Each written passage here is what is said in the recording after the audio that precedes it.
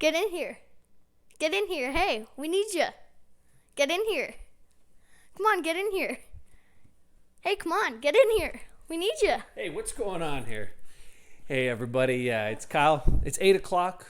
As my oldest son, Josh, said, get in here. We need you. I'm going to clip this on. As always, we open up at 8 o'clock. At 8:01, we grab a drink. And then at 8:01, we cheers. We take a sip together. And then at 8:02, we start going.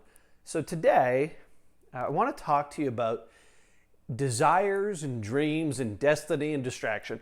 A whole bunch of D words. Because this is one of the most important aspects of actually having a strong soul. And so I thought it was fitting to have my son here with us to at least cheers. Because a lot of what happens in childhood is we dream and we figure out our desires and we try to figure out just what is our destiny. So come on in, grab a drink. We're going to get started. We're going to have a sip. You can sit beside me. And then you're going to get out of here. You have to go under the mic cord. When you leave. So with that being said, Josh, why don't we grab our drinks? Yep. Grab your drinks. And we're going to say cheers and then take a sip. So you say 1, 2, 3, cheers. 1, 2, 3, cheers. Cheers. Cheers. All right, get out of here. Love you, buddy. Love you. Tonight we were having lemon water. So tonight we're talking about probably the most asked about question that I get when when I talk about having a strong soul. In fact, I was messaging back and forth with somebody who watches these videos. Love this woman. She's an amazing woman, and we're getting to know each other more. And I really respect her. And one of the things that she wanted to talk about at Strengthen Your Soul is this. How do you figure out what you're supposed to do with your life? So I want you to think about this question and actually attempt to answer it. If you notice me looking down a bunch, it's because I am looking at my computer. My mic has been having issues. So I just want to make sure it's still working as we spend our time together. So how do you figure out what you're supposed to do with your life? Now, some people in the motivation world will tell you, don't worry about what you're supposed to do what you're good at. And that's helpful. But actually, the Father of your soul, God, Jesus, the universe, and again, when I say universe, I believe you're talking about God, but for some of you, that's language you're comfortable with. But here's what you need to know. There is an absolute and definite purpose to your life. And when you live into that reality, your soul is strengthened. So here's the question. I want you to try to answer it. And I'm gonna give you a framework for how to align yourself with God for the purposes of your life. So here's the question. What is the purpose of your life? What is the purpose of your life? So I want to lay out a framework for how do you start getting close to that. But what is the purpose of your life? So I'm going to put up 4 D words. All of them matter. So one is desires. One is distractions. One is dreams. And the last one is about your destiny. And what you need to know is these 4 words kind of help create a frame for how you're meant to live your life. So first let's talk about your desires. We all have desires. We all have aspects of life that we love. So here's a question. I'm just going to give you questions for each of these. What do you love? So one of the things that Jesus taught was this, is that human beings, we are actually made, and this might be a little esoteric for some of you, but we're actually made with sort of the imprint of God on us.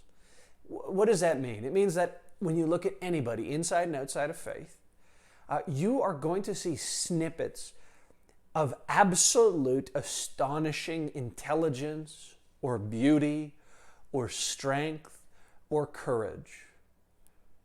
It's why even people who don't follow Jesus, many of them are just amazing people. Amazing people.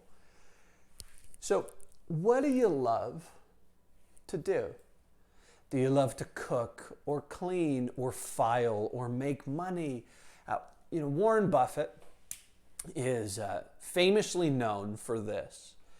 He loves to make money, and he goes, I love making money, and I hate charity work. But what's interesting is he goes, I know that charity work, and we'll talk a bit more about this in Destiny, is part of why I'm here. So he gives an inordinate amount of money away to charity, more than I think anybody in human history that we're aware of. But he loves to make money. So what do you love to do? Just stop and think about that. And again, this framework is going to be, we're going to give it a try prayerfully and thoughtfully. And then hopefully you can use this in days to come to actually just help yourself. So what do you love to do? What are your desires? Now, the second concept is this.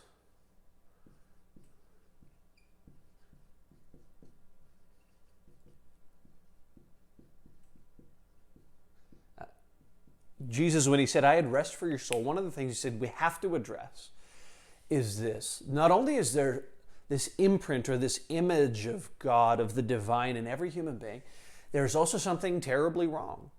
And we all know this. Today, my middle son, who is normally the one who gets in the least amount of trouble in our home, he was so terrible. Like so terrible. For about 45 minutes, he was just a monster. I wanted to take him out for ice cream, all my boys, and he was having none of it. He was not happy. He was not going to take it. He didn't want it. So here's the question. Where do I get selfish? See, in our desires, in our dreams, sometimes in our desires, we become very self-focused. And that is a warning sign for distraction. Another one is this. Where do I lose control of my ego? Similar idea to being selfish, but where do you become proud and puffed up? So basically, this is about where do you become toxic? So in each of these areas, we got 3 different colors, which is wonderful. But let's keep going. Dreams. This one's very interesting. And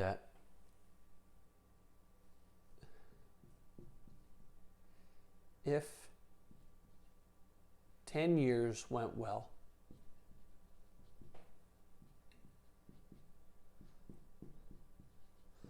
I'd love to help blank and accomplish blank. Much of the framing of this thinking actually comes from a book by a guy named Bob Beale. He wrote Dreaming Big. It's a very helpful book. And he actually takes a bunch of the teachings of Jesus and goes, if you want a strong soul and a purpose-filled life, this will be very helpful. So some of my thinking is shaped by his, deeply indebted to him. But if in 10 years, if 10 years went well, who would you like to help? So for some of you, this will be your kids. Like some parents have a dream of helping their kids get into a home young. That would be remarkably helpful. Some people have a dream to accomplish their own successful business. Some people want to compete in a bodybuilding competition. Whatever. What is it that you'd like to accomplish? And then destiny. This is about intersecting with God.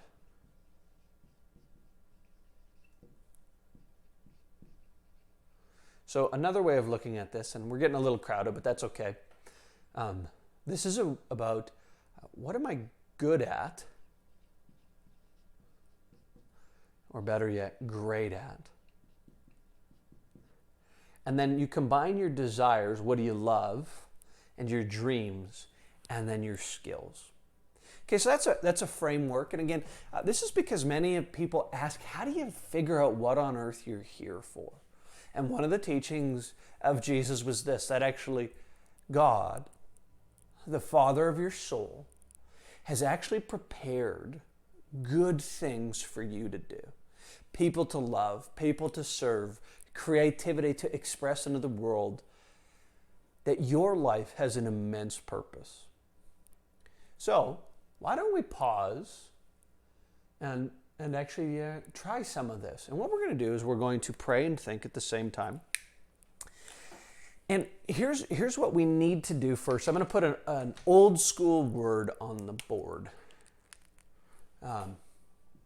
That is the key to all of this.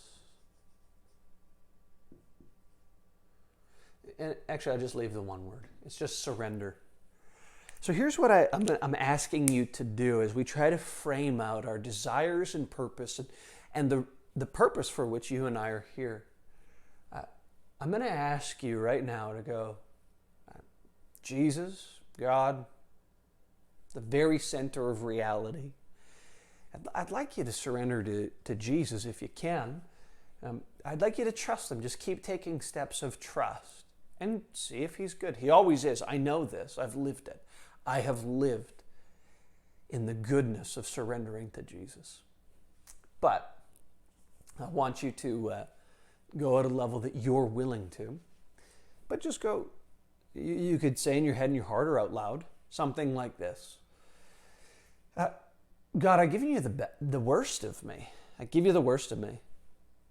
Now, Jesus, would you help bring out the absolute best in me? I give you my future. Lead me in this process. So, here's the questions. And I'll erase some of this.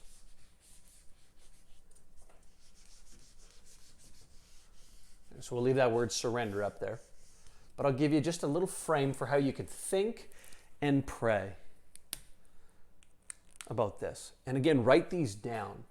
So 1, what are my best desires? What do you love? What are the things that you love to do that are your best? And just think and allow God to speak to you in your thoughts. You might even hear a gentle whisper. Maybe I'll talk soon in greater depth on some of this stuff. But what are my best desires? And just jot them down. Then you go, what do I need to avoid? It's so important. What do you need to avoid? God, what do I need to avoid? So for me, my best desires, honestly, my best desires is this. I love helping people. I actually love helping people experience freedom in the soul. That's really what I love. That's what came to mind. What do I need to avoid? For me, I'll write them down for you.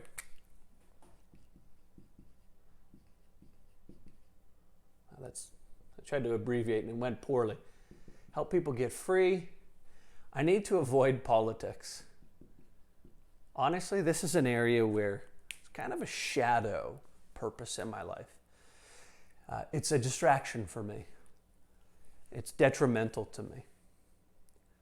Dreams. What do you, if in 10 years it went well, God, so here's the question. If it went well, what could I do?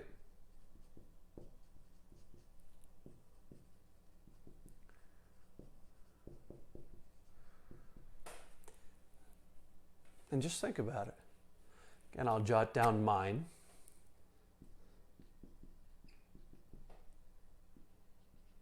So for me, it started a movement of freedom in the soul. That's what comes to mind. And then destiny. What skills do I have so that I can live into this? So Another way of saying it, what skills, talents have you given me, God?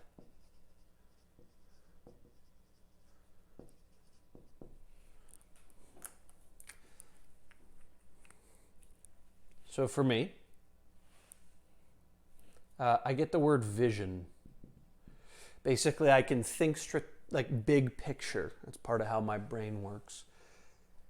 Communication or teaching is another one that comes to mind for me. And again, this will take you longer than it's taking me, but I've thought through this before and also spent a lot of time with God, with Jesus, going, shape my life. I'm going to figure out how to strengthen my soul here. And then, actually, one other thing came up, empathy. One of the gifts that God has given me is actually, some of you know my story, but many of you don't. And maybe one day it'd be worth me just telling you how I actually experienced God for the very first time and moved out of where I am into a whole new place. That'd be a worthwhile time. If you'd like that, comment or shoot me a message and I'll do that. But because of what I have been and what I have done, I've actually sort of lost the ability to condemn people.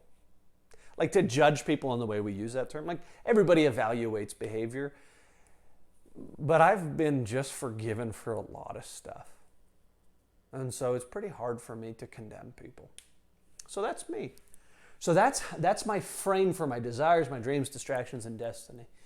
With that being said, don't forget to like or comment or share or subscribe on YouTube. We now are at 12 people, 12 followers, which is a great number.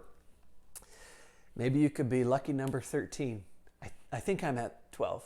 It'd be embarrassing if I was only at 11. But anyways, we're on YouTube. You can check it out. I've actually separated them into playlists, so pretty easy to follow along. With that being said, thank you all for tuning in. I love doing this with you. It's fun, and I love cheersing together. So with that being said, hope your soul's getting strong. I hope you're feeling more and more connected with others and with God. And with all that being said, have a great night, and we'll see you tomorrow, 8 o'clock. Strengthen your soul. Cheers.